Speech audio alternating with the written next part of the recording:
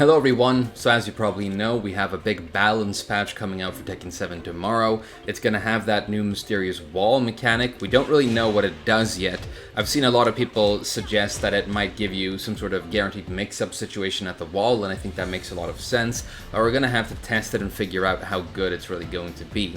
But along with that wall mechanic, we're going to have balance adjustments for the existing roster, which is very exciting, and I want to give you guys my wish list here. I also really love the idea of having a Tekken wish list because it kind of conjures the image of Harada sitting in a mall somewhere on a throne, and all the Tekken players have to line up and go and sit on his little lap and look deep into his sunglasses and go, "Please, Mr. Harada, can I have some buffs?" And he asks you, have you been a good boy? Have you bought your noodles and your energy drinks and your DLC? And if you go no, then he goes, "No buffs for you." And you have to get up to leave, but then he goes, "That'll be $4, please." Anyway, I'm going to talk about the characters that I love and that I like to play a lot, and the adjustments that I would like to see for them. And we're going to start with Katarina, who is one of my favorite characters to play these days. She's becoming one of my best characters, but I think she's actually one of the absolute worst characters in this game, and I think she needs some work. Now, the main issue for me with Katarina is that she really struggles to threaten opponents with mix-ups because her lows aren't very good. She either has some very unimpressive and tiny low pokes that do almost no damage, or she goes for these big sort of seeable and launch punishable lows that are a lot more risky. And there's nothing sort of in between the two, and I think she would need that. Because as it is right now, if you play against Katarina, and you just stay calm, if you have ice in your stomach, as we say in Sweden, and you just watch her, then you can basically react to and punish most of her options really, really hard. You know, this throw, for example, you can obviously break that on reaction, and her slow lows and things like that. And that makes her really shitty at mixing, right? Unless she's in full crouch, she can throw this thing out. It's fast enough and it works, but it's also launch punishable. So when I came up with changes for this video, I wanted to restrict myself to moves that already exist and modifying them. I don't think we're going to have new moves for characters in this update because they didn't show any new moves in that trailer, and if they had new moves, I think they would want to show that because it's exciting. So I don't think that's going to happen. It's going to be property changes to existing moves. So what can we do for Katarina? Well, she has this extension to her down 3 low, which is a high. And as you can tell right here, this is currently non-natural. It's natural on counter hit, and you get 32 damage and +6, which is kind of big. But you know, this is not something that you're reliably going to be counter hitting with. Now, we have a bunch of lows in the game already that are actually fast low poke into guaranteed but duckable high extension. For example, Lars has this, Claudio has a version of this, Law has a version of this, Lily has maybe the best version of a move like this right now with her new down 1-2.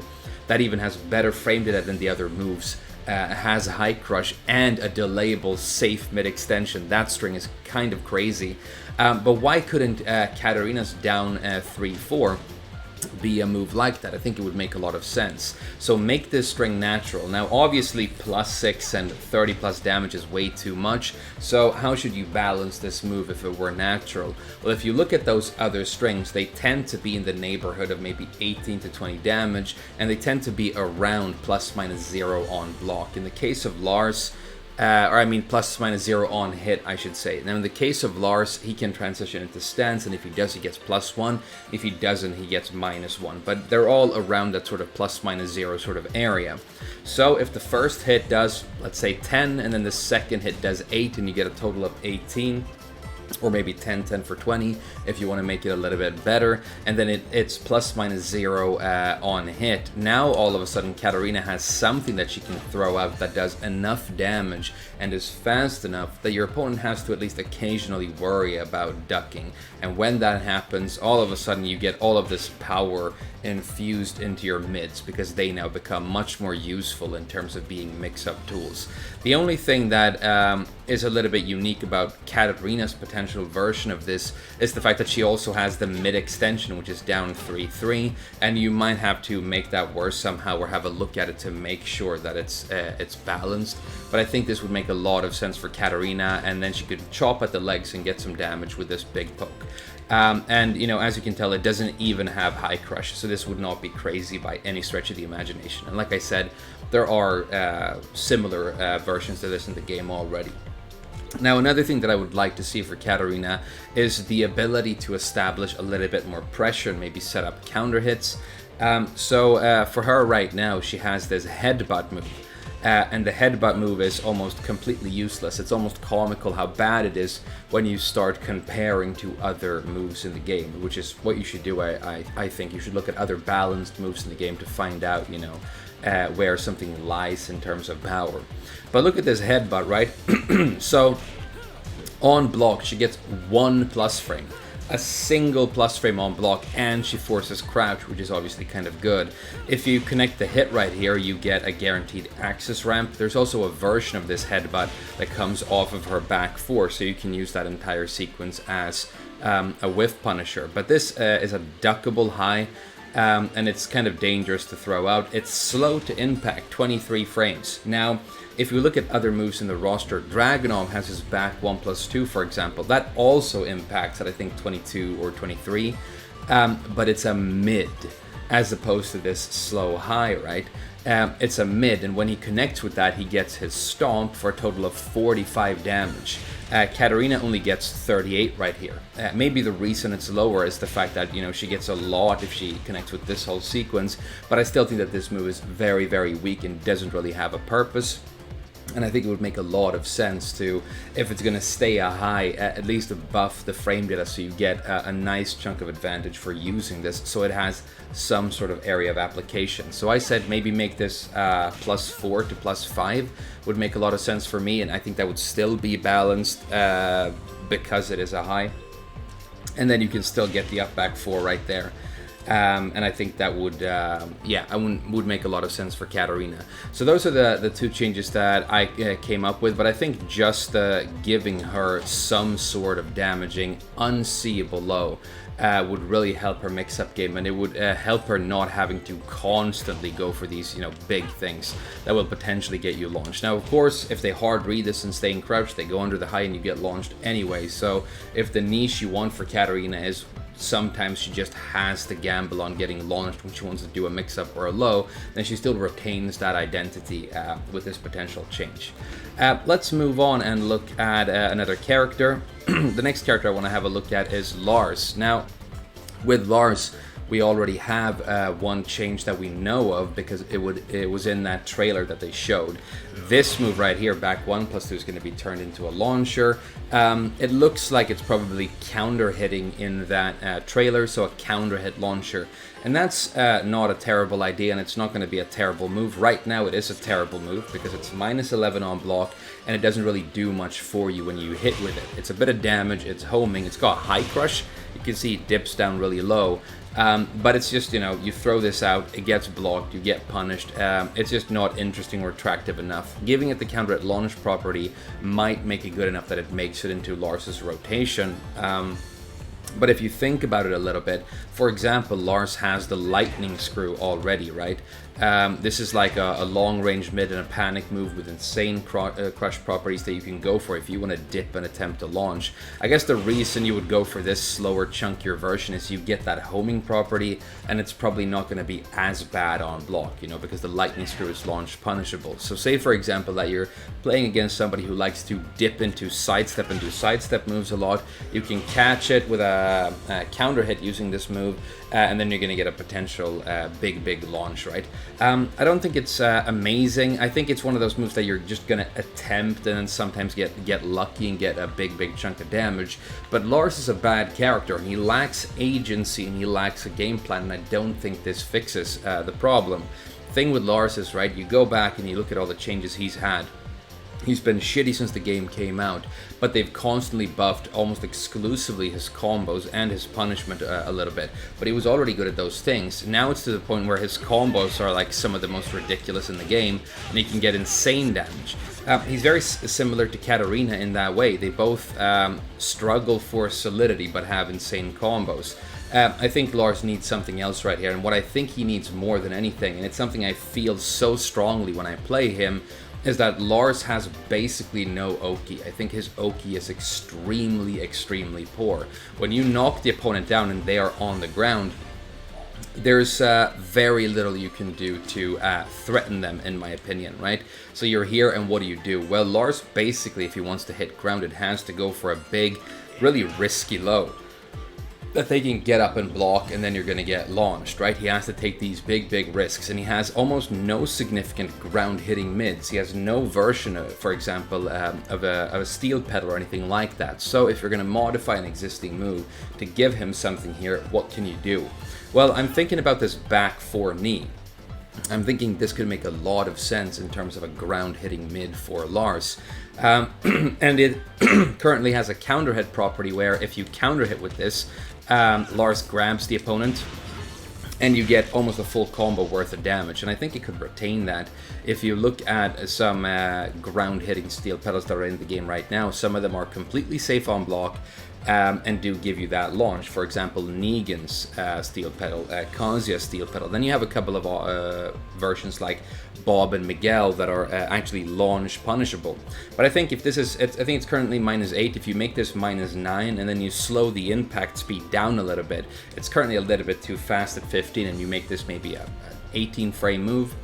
Then I think you could use that to threaten an opponent who's on the ground, and if they get up and you catch a get up kick, he does that sick grab, he gets his 55 damage. It's not a full combo, but it almost is in terms of damage. And then now he has some sort of mid that he can mix in with those big ground hitting lows, and he actually has the ability to threaten an opponent on the ground.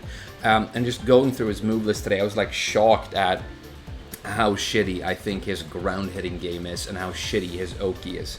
And it's almost like you knock an opponent down with Lars, and then you don't really know what to do. You almost feel at a disadvantage against a grounded opponent, which is so strange, because that's supposed to be when you apply your Oki and you're about to, you know, turn an opportunity into even more damage. So I think just that change for Lars, giving him the ability to hit people on the ground, would be really big for him and kind of change the character up in a big way. Sorry about my throat, I'm still recovering from Corona a little bit, but I'm getting there.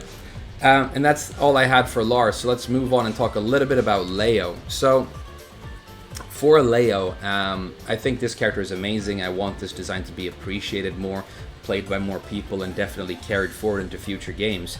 And I was going through this move list today, and I realized that there is a bit more power in here than I thought. It is probably a better character than people suppose, even though I still think the character is quite bad. Now, the big problem with Leo going back has just been the clunkiness and the low damageness of the combos. Everything else is kind of solid at this point. I think you need to give this character some sort of chunky big damage filler that could really improve the combo game, make the combos more fun and chunky to do, but also give them a bit more damage. Now, the interesting thing is that they have basically already implemented the move that does that into the game in a previous update, but they just didn't do it very well. And I'm talking about the King K knee 1+2. So this is forward 4 1+2. You could use this as a big damage filler to get your combos to a really nice sweet spot with Leo. But the way they've implemented the move is that it currently only works after specifically the hop kick. So the classic Leo combo that everybody's always been doing since the game came out basically looks like this. You've seen it a million times before, and you get 60 damage. They've given it a recent damage buff. I think that's quite low still. But if we have Yoshi stand up here and we have a look at that hop kick combo, look at this. You fill like that. Now the combo becomes a little bit more timing specific and a little bit difficult to do. But you know, that's no problem. It's still easy enough, and you can get up to 67 if you do this version, which I think is a very reasonable place for a combo to be in late Season 4. Many characters have much more than that. You could adjust it down a little bit and maybe give it 65 if you want to.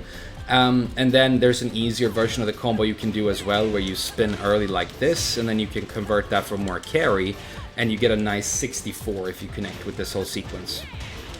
You need to delay the ender a little bit.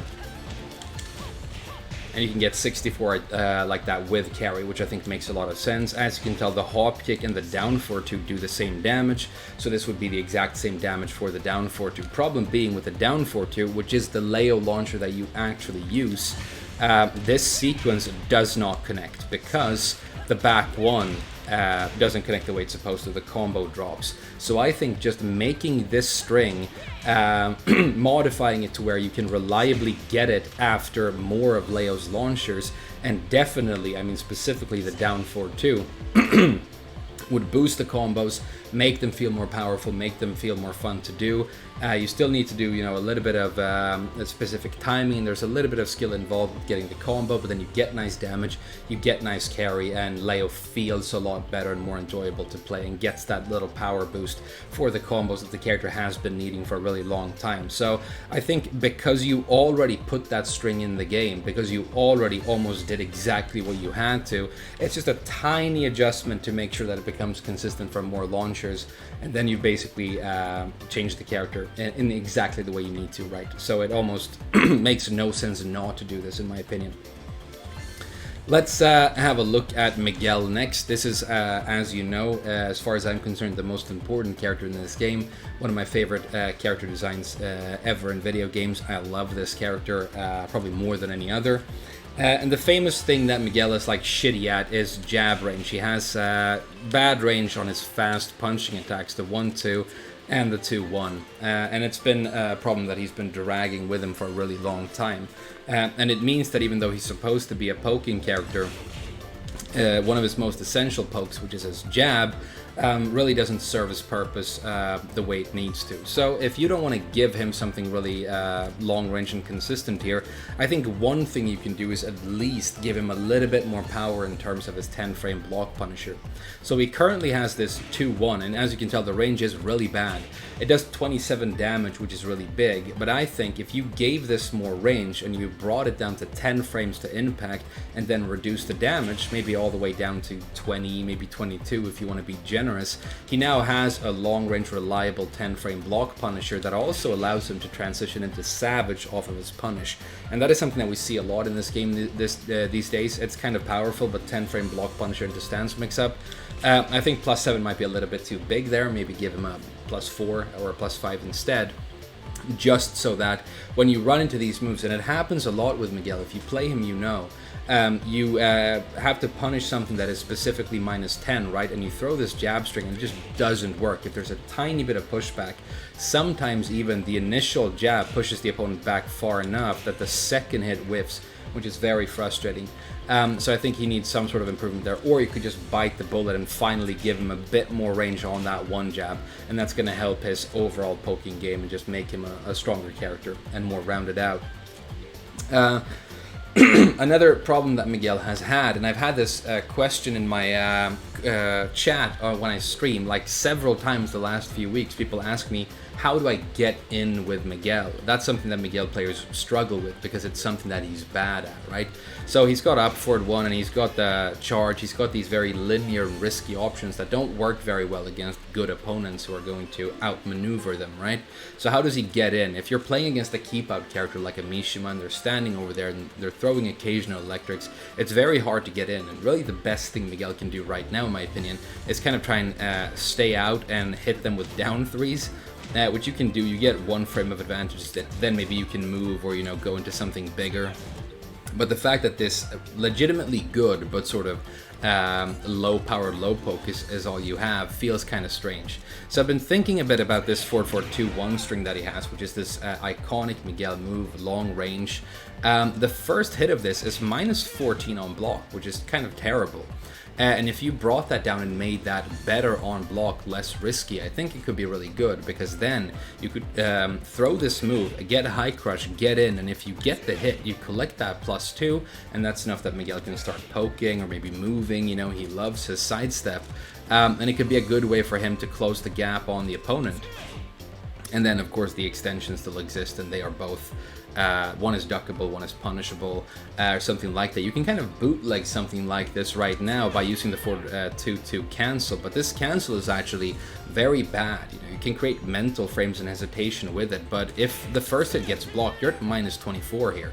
And what happens a lot when you apply the string is people anticipate the high, they duck and go straight for a while standing launcher, and that will launch you if you do this cancel. So even if they don't know what option you're going for, you have to eat a full combo, right? So I think just improving the first hit of this to making that first hit to sort of get into a little bit could be huge for Miguel. So that's one idea that I had. I should say here as well that Miguel is, in my opinion, in a very good place right now. I think he's reasonably balanced and a solid mid-tier, so you don't have to change him at all, and I would still be happy with him. But this is me being a little bit greedy, which I think is okay when we're having fun thinking about our favorite characters.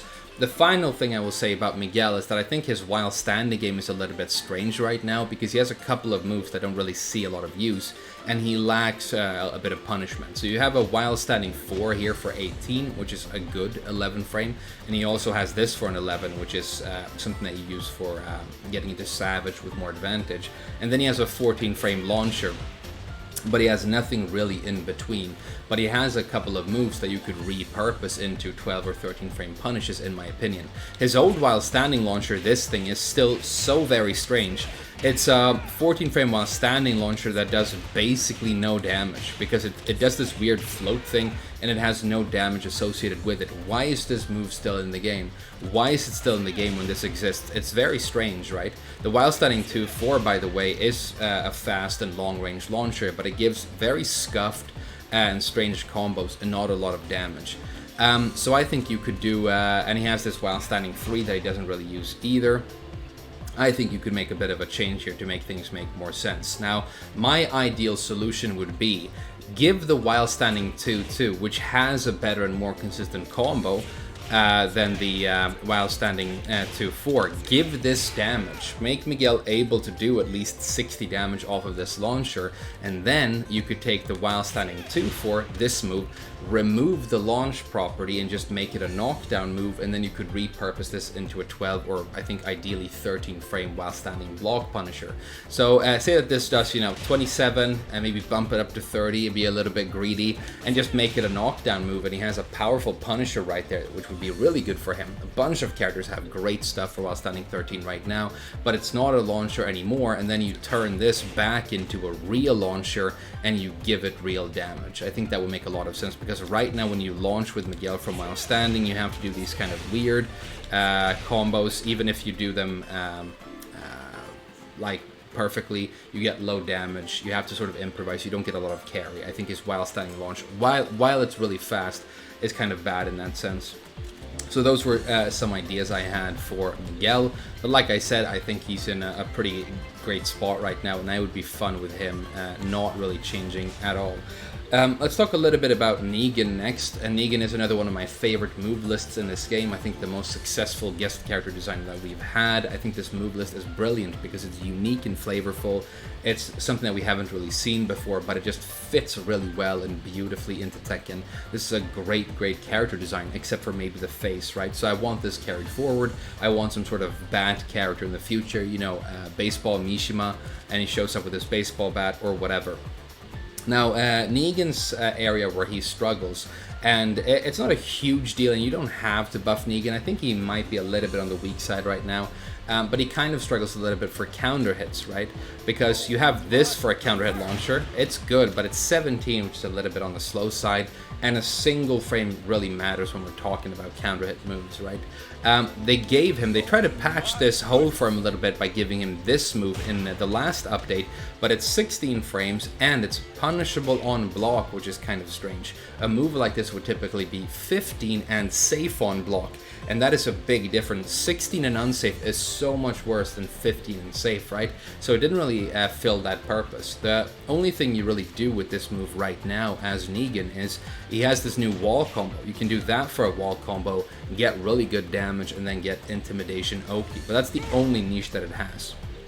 The final really important counter hit mid with Negan is of course the shove. This move is very good. It's 14, so it's 1 frame faster than most counter hit mids, but it's not like it gives you a combo at all, right? It only really gives you an intimidation 1-2, which is 35 damage. And why that, while that feels powerful and good and the move is kind of cool, 35 damage is really low. So what could you do here? Well, I basically have two suggestions. You could either make this move safe on block, and maybe, again, if you want to be greedy, bring it down to 15 frames to impact. It's got good range, so I think it makes sense around 16. I think that sort of works as well.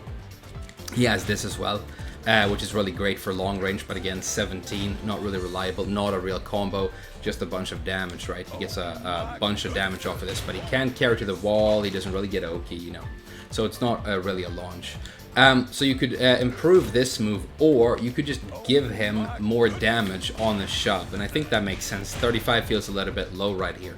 Now, as you can tell, the shove itself actually does 0 damage, and it does 0 damage on the counter hit as well. So one thing you could do here is just make the shove actually deal damage, but only on counter hit. So you could maybe give it 10 damage and bump this 35 up to a 45, and I think you've really helped his counter hit game overall. Should mention that this shove, when it trades, also gives you a guaranteed launch, but that's difficult to set up. And as somebody who's played a lot of Negan, even though it looks amazing when it happens quite rarely, and it's not something that you can rely on, you know, in any given match. It's just something that sometimes happens, and it is cool when it does. So I think that would be a cool change for Negan, and just to round him out a little bit with some counter hit game. But again, you could change nothing about him, and I would still be happy with where he is right now. Next I want to talk about Zafina. Now she's considered a very strong character in this game already, so you can't just buff her and that's it, because I think people would be, like in a global sense, very butthurt about that. I don't know how super powerful I think she is, but, you know, take my opinion with a grain of salt. We all underestimate the power of our own mains, but she's definitely the best character that I play. But I think that you should reverse a previous nerf to Zafina, because the change that came to her made her less fun and less flavorful to play, which is very, very sad in my opinion. So if you remember the initial reveal of this character, the whole point of it was that Zafina has this new hand. The music swells, it goes into this really cinematic animation, not something we've really seen in the game before. It looks amazing, and we understand that Zafina has leveled up and evolved as a character, and this new hand is her thing, right? Thing is that the hand doesn't come out that often. You have your reversal with her, you know, the hand reversal, and then you have your rage moves that use the hand, but apart from that, it really is only this move. So what they did for this was, it's supposed to be a big combo damage ender, and also, if you're good, sort of long range whiff punisher, right?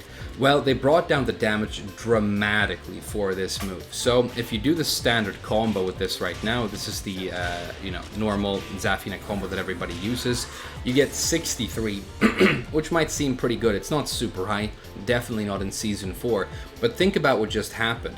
If I was on any wall stage, I would be comboing my opponent towards the wall. And then what I do is I reverse that positioning, and I actually put myself at a spacing disadvantage by using this ender. It's also an execution-based ender. It's not difficult to do. It's one of the easier just frames in the game, but it's at least a little bit harder than running up and doing, you know, whatever string. So I think this is actually justified at being a really high damage ender that does good damage. If you do her other combo right now, the one that you see most of the time, this is what you use for like carry and stuff, you only get 58, right? I think if you're on a wall stage, or you're in a position where you're not looking for the wall, or you just need that damage, doing this very cinematic, sort of iconic new Zafina move should feel chunky and should feel fun. And when they removed that damage, I mean, the fun factor of applying this just went down a lot, and most people just go for other enders now. And I think that's really, really sad. I don't think that makes sense. So the damage for the Cursed Crow should come back. And I think one way you could justify it a little bit would maybe be make that just frame more difficult to stick. Make it so that it's actually kind of hard. And Zafina players out there, if they want that big chunky damage, they have to practice it, and they have to get really quite good at it. And now that move comes back, and you can use it for that long range whiff punisher as well, which is really like cool when it happens.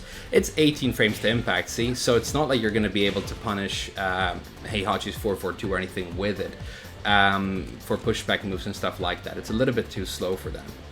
So I think that change would make sense for her. And then the only other quality of life change I want for Zafina is the fact that her very good, admittedly, while standing launcher right here, has a lot of inconsistency. I don't know if you can tell right there, but it gradually sort of puts the opponent off axis when you combo, and it means that a lot of the time this spin move right here becomes inconsistent and the kick just goes through the opponent's legs and this standard combo doesn't work, which means that you now have to do like sort of bootleggy combos with her instead.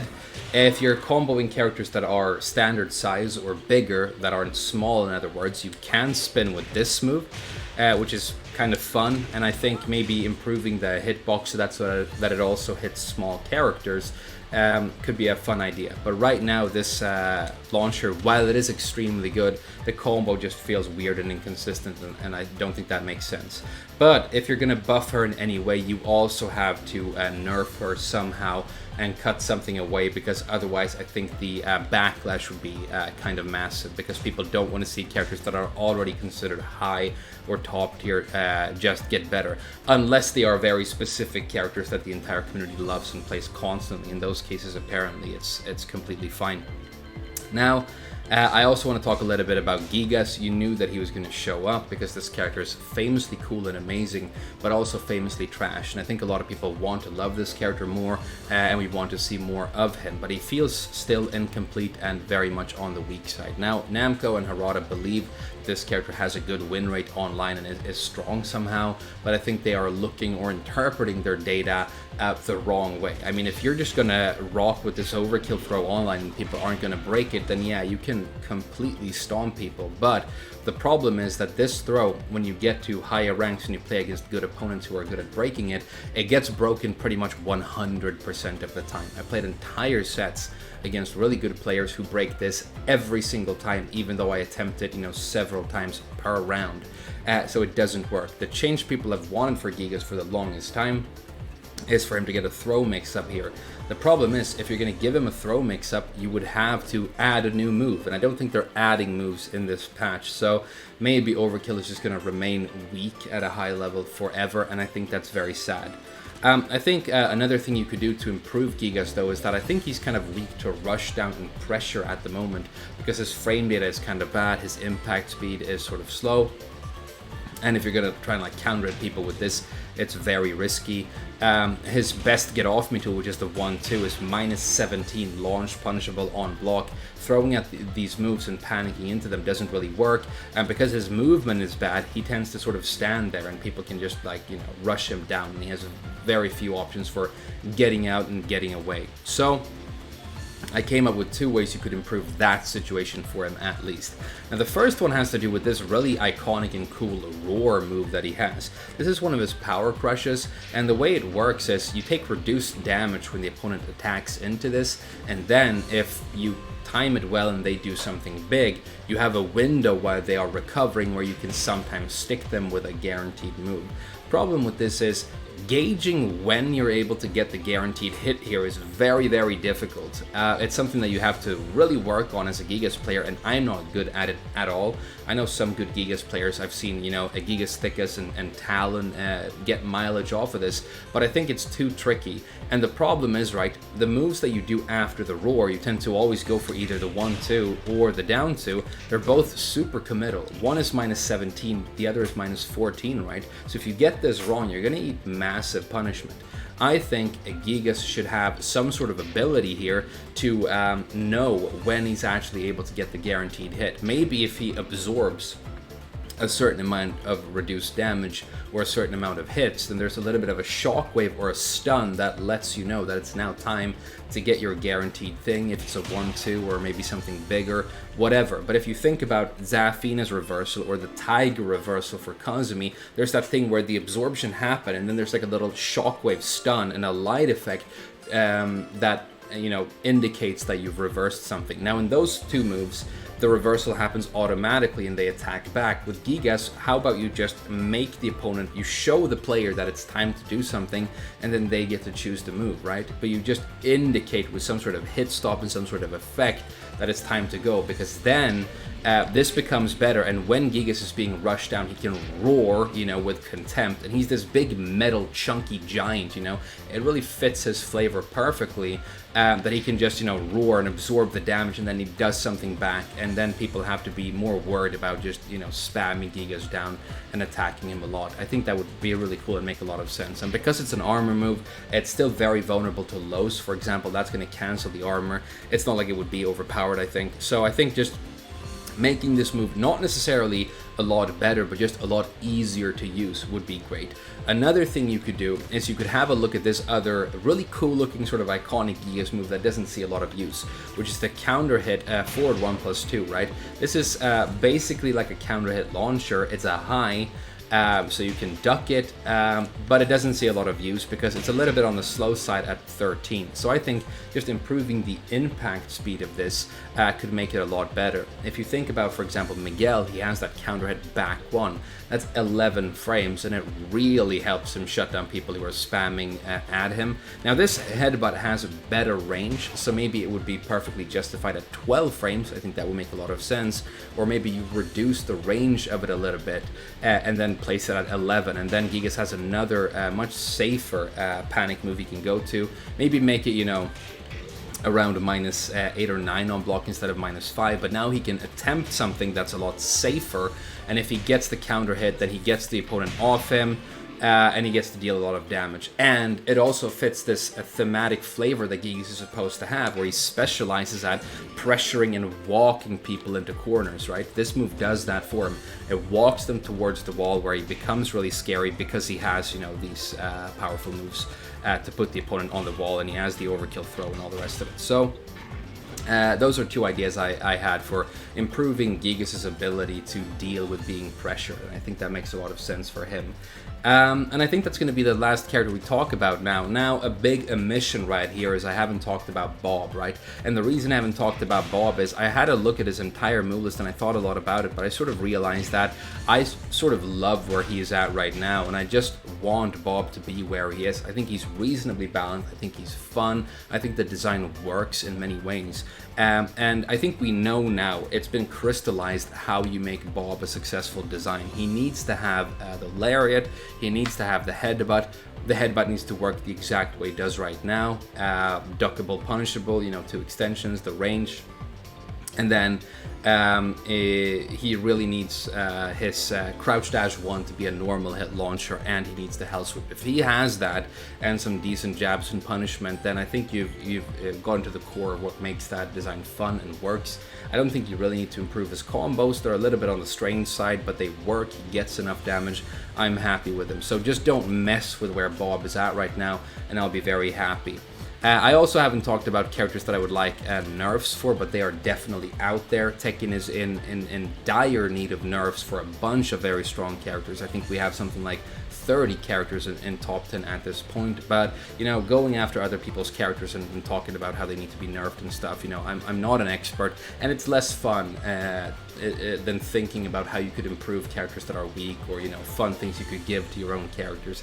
That's more of a wish list theme, I think. But if I had to say one thing, the current whiff recovery of electrics, which was a buff that happened in an update, it feels a little bit too good, and reliably sticking Mishimas with while standing punishment, especially if you're a character who doesn't have good stuff for that, feels a little bit too hard. I feel they need to recover a little bit slower. That would be one thing.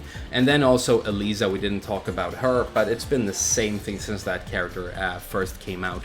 If you want her to be able to special cancel off of her down 3, then the clean hit range of the down 3 needs to be better, because it's currently completely shut down by any backdash, and it doesn't work. It's too risky. Now, I know that if she gets better clean hit range on the down 3, all kinds of like Akuma-esque DP stuff starts happening, but that's the design you came up with and that you tried to implement into the game. That's the design that she has right now. It just doesn't work because it hasn't been implemented correctly. And if you want that to be the character, and that's what she does, then she should be at least able to do it, right? That down 3 needs to work. And I mean, just jump into practice mode and try out the Eliza Kuma matchup when the legs are tucked way in behind the character, or other characters where the legs, just the model, the legs are hidden, you know, kind of behind them. Or even with Yoshi, who's here right now, the way he stands, you can hit him sort of with a down 3 in this weird gap between his legs right there, and it messes up your properties and you don't get your natural cancels. And every time you don't get your natural cancel with Eliza, because you're going for big stuff like DPs, you're going to get launch punished, and it sort of shuts down the character in a lot of ways. So she's needed that change for a long time. I've wished for it in every patch they've released. Same with the jab range for Miguel. Maybe it's finally time to turn her into the character you wanted her to be in the first place. But yeah, those are going to be my changes. Did I miss something? Were my ideas terrible because I didn't think about them enough? What would you like to see for your own characters? Let me know in the comments. I will read them. I love your comments. They're usually very funny. But thank you so much for watching this. Patch tomorrow. I don't know what time, but as soon as we have patch notes, we're going to review them, then we're going to go in game, we're going to try these changes, we're going to learn all about the new wall mechanic, and it's just going to be an amazing, fun week to be a Tekken player, and I'm looking forward to it so much. I've even taken time off work so that we can make a lot of content. You know, I stream these days, but getting back to making these videos and talking theoretical stuff in the game is really, you know, something that I love and that I want to keep doing. So yeah, thank you so much for watching the video, and I'll see you guys again very soon.